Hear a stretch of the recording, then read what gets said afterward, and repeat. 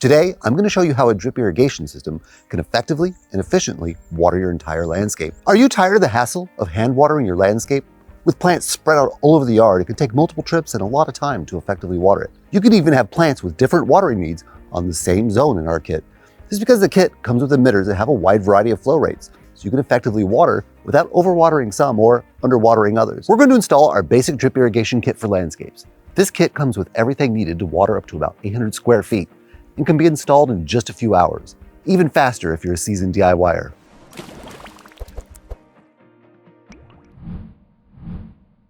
First, I like to organize my parts into piles of like parts, elbows with elbows, T's with T's, until everything is organized.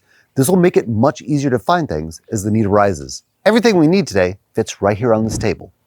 We have our 1/2-inch mainline, our 1/4-inch drip line, and our 1/4-inch micro tubing, our stabilizer stakes, and our 1/2-inch tubing stakes. Here we have our 1/2-inch elbows and our 1/2-inch end cap to close off our main line. Then we have our head assembly parts. That consists of the optional timer, backflow preventer, filter, pressure regulator, and the hose-by tubing adapter so you can connect your mainline tubing to the rest. Here we have our 1/4-inch fittings, which is 1/4-inch elbows, 1/4-inch couplings, 1/4-inch T's, and our Goof plugs. And now we're getting over to our emitters. Here we have our adjustable drippers on a 6-inch stake, 1/2 gallon per hour, 1 gallon per hour, and 2 gallon per hour button drippers. Our adjustable spray jets on a 12-inch stake, and finally our micro sprinkler for some area coverage. And last, our 1/4-inch punch, so we can punch the hole for our button drippers and our 1/4-inch fittings. A quick tip here, before you get too far into the process, is to use a pair of scissors or a tubing cutter to cut the bands on your tubing, and then set it in direct sunlight. The heat from being in the sunlight will cause the tubing to relax, and will even start coming uncoiled itself. And then when you're ready to run your main line, it will make it much easier to do so. Now we're going to install our head assembly parts. Our head assembly consists of a timer. This one's optional, but we want to automate our system, so we're going to include one.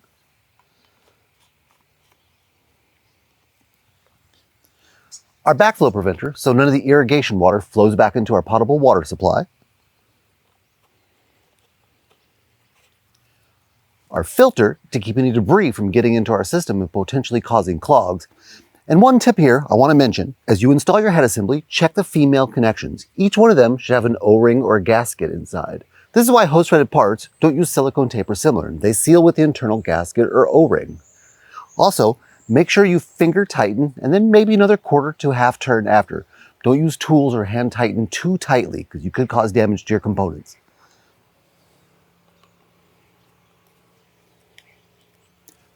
Next up is your pressure regulator. This will protect your system from high pressure and help keep all your emitters dripping and emitting water nice and evenly.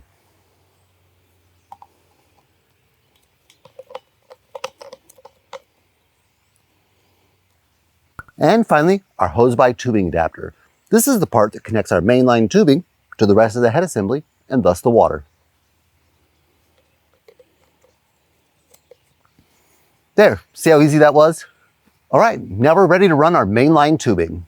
There's one important reason we connect the parts in this order, specifically having the timer as the very first thing.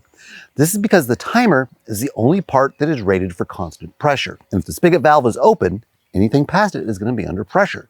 When using a timer, you leave your spigot open. So the timer valve is always going to be under pressure. The other parts cannot withstand that kind of constant or static pressure. So it must always come after either the spigot valve, if you're not using a timer and you're turning it off, or after the timer valve itself. Now, let's connect our mainline tubing and run it to where it needs to go, which for us is going to be just down here to the wall and then through our landscaping beds. To connect your mainline tubing, first, make sure the locking nut is fully retracted on the fitting. Then simply push the tubing on over the barb and then turn the locking nut until it's secure over the tubing. And that's it. Now you're ready to run your mainline tubing wherever it needs to go. As you're unrolling your mainline, you can use the included stakes to stake it in place as you go. This not only makes it a little bit easier to work with by holding it into place, but it helps it keep a neat and tidy appearance. So we've got our mainline tubing, ran all the way down to the wall. Here at the wall, I'm going to cut the tubing, and then I'm going to install an elbow fitting so we can turn it 90 degrees to continue our main line all the way down to that next wall. Just like with the hose by tubing adapter, you simply make sure that the locking nut is fully retracted, then you push the tubing on over the barb, and then turn the locking nut to secure it in place. One quick tip here, if you're having any difficulty pushing the tubing on over the barb, is to first dip the end of the tubing into a glass of very hot water. This will soften it up considerably and make it much easier to push on over the barb. Our mainline tubing is flexible enough to take this corner without the use of the fitting. However, we're going to use an elbow fitting because this spot is pretty visible and we want it to look neat and tidy. But if you had a lot of foliage or growth there, you might not need to use a fitting at all.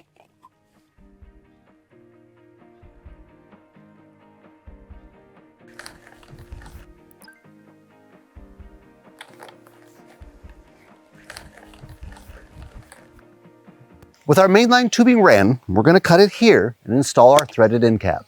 The threading on these will actually come in handy in the future when we want to flush or drain the system.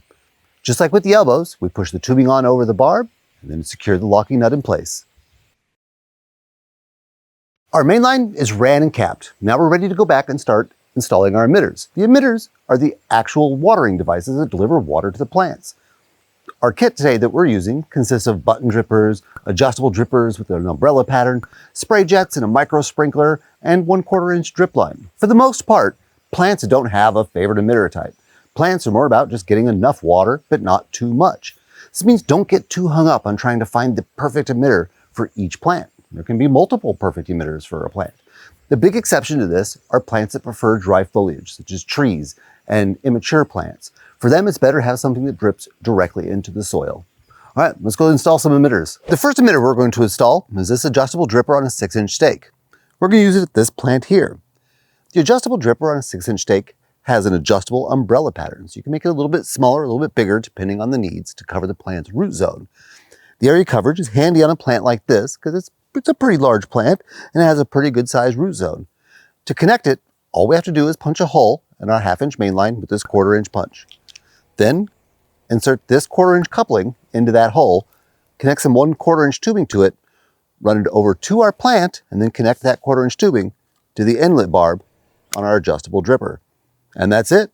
Because it's on a stake, we can push it in as little or as far as we want and use the adjustment knob on it to get the coverage exactly where we want it. Something we'll demonstrate when we run our system. Next up are these patches of grass. They have pretty big root systems and multiple root systems, so I don't necessarily want to use button drippers. For these, we're going to use these adjustable spray jets on a 12-inch stake. These are 90 degrees, but they're also available at 180 and 360 for a variety of landscapes.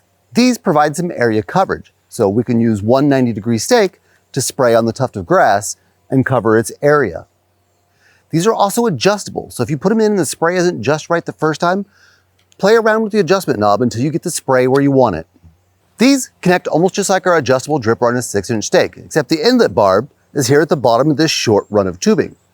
Just like we did with the adjustable drippers, we'll punch a hole in our 1/2-inch main line with our 1/4 inch punch, push in our 1/4 inch coupling, and then use the 1/4 inch micro tubing to get over to the inlet barb on this near the plant where we want our spray jet.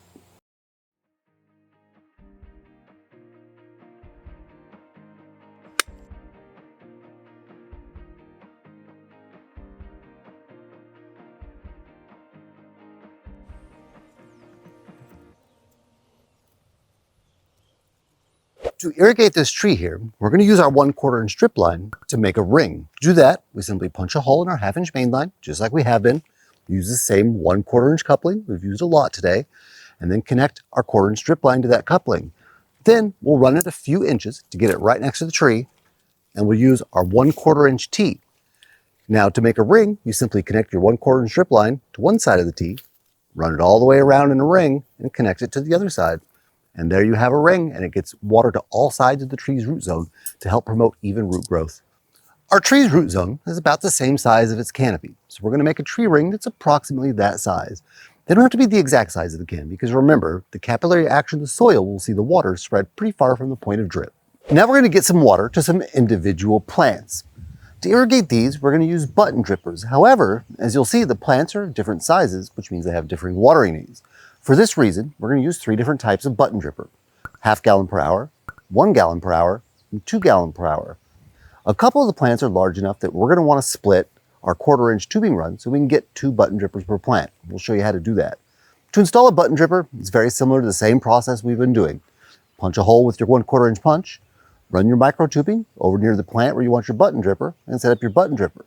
In addition to that, we're going to use this micro tubing stabilizer stake. You simply push the 1/4 inch tubing into the stabilizer stake, and push the stake into the soil, and it will hold it in place. Our first plant here is a little bit of distance away from the main line, so we're going to use this 1/4 inch micro tubing and a button dripper to irrigate the plant. You simply run your 1/4 inch tubing over the plant, install your button dripper, and then hold it in place near the roots with the use of the included stabilizer stake. For this little plant here, we're actually going to punch a hole directly into the main line and put in a 1/2 gallon per hour dripper. That's something not a lot of people know, that you can punch directly into your main line and install drippers there whenever it's convenient. Though we're starting with just a 1/2 gallon per hour dripper for this plant, as you can see, this plant is eventually going to grow into this plant. Thanks to the modularity of drip systems, your system can grow along with the plant. We can pop out this dripper and insert a higher flow one, or plug the hole and use a whole different kind of emitter. Your options are almost unlimited. When we're punching holes for our drippers, we punched one hole we didn't need. Remember, near the start of this video, I mentioned that you can fill holes you don't need with the use of a Goof plug. So that's what we're going to do here. If you're having any problems putting in the Goof plug, you can use a pair of needle nose pliers to hold the small end while you insert the large end of the Goof plug. The small end is used to close off 1/4 inch drip line or tubing runs.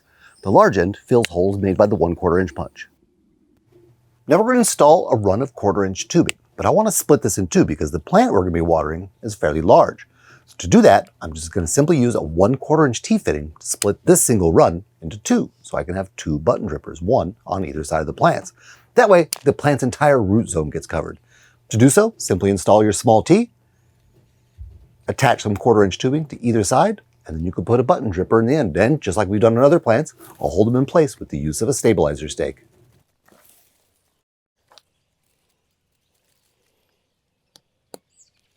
For this area up here, you can see we have quite a few plants, including some ground cover, covering a pretty large area. That would be quite the nest of tubing if we're going to try to run button drippers to everything, and a lot of labor time. For this reason, we're going to use a micro sprinkler. A micro sprinkler is an area coverage emitter. It covers more than the adjustable spray jets or the adjustable drippers on the 6-inch stake. This one covers about an 8-foot radius. To install this is the same thing that we've been doing all day. Simply punch a hole in your 1/2 inch main line, put in your 1/4 inch coupling, and run your micro tubing over to the inlet barb on your micro sprinkler. Now, if your micro sprinkler is close enough to your main line, you may not need that 1/4 inch coupling or run of micro tubing because it comes with it already installed. You could simply push this barb into the punched hole on your 1/2 inch main line. The water droplets this emits are heavy. Even though it's called a sprinkler, the water droplets are heavier than most traditional sprinklers you think of, such as lawn and turf sprinklers. The 1/4 inch drip line, we're going to snake through this densely planted section. 1/4 inch drip line is essentially 1/4 inch tubing with emitters pre-installed at evenly spaced intervals. In this case, it's at every 12 inches, and each emitter delivers 1/2 gallon per hour of water. It's flexible enough to snake through a section, making a good choice for densely planted areas where you don't want to go through the hassle of installing a button dripper for each and every one. Installing it is simple. You've already seen the process a couple times in this video. Simply punch a hole in your 1/2 inch main line, put in your 1/4 inch coupling, and you can connect that coupling directly to your 1/4 inch drip line. Run the drip line where it needs to go. As I'm snaking my drip line through the bed, I stake it down to hold it in place as I go along. Usually this will be where tubing turns, but you'll be able to feel it out. Here at the end of our drip line run, we're going to close it off with a Goof plug. When you're closing off a 1/4 inch drip line run, you use the small end of the Goof plug.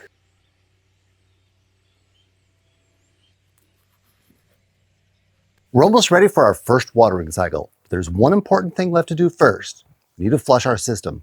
When you're installing a system, debris will get inside of it, and it's best to flush it out now than have it maybe plug up your emitters later. That's where the threaded end cap comes in handy. To flush the system, we're simply going to remove the end cap, turn on the water, and let water flow from the start out of the end and run for a few moments. The turbulent action inside the tubing will dislodge any debris and see it come right out the end.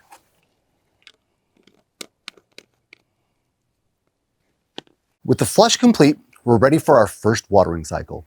During the first watering cycle, it's a great time to walk the system. Check for any leaks at your head assembly. Check connections and joints and make sure they're not leaking. And if they are, tighten them up. It's also a great time to check on your drippers and make sure they're dripping as they should. And for adjustable emitters, make the adjustments now. Get them operating where you want them. Don't be alarmed if some of your emitters appear to be putting out less water than you'd want. Remember, In drip irrigation, it's all about the efficiency. The water is being delivered directly to the roots of your plants. It means less wasted water from evaporation, less wasted water from runoff, and healthier plants with less water. As you see your plants grow healthy and thrive, remember, drip systems are modular.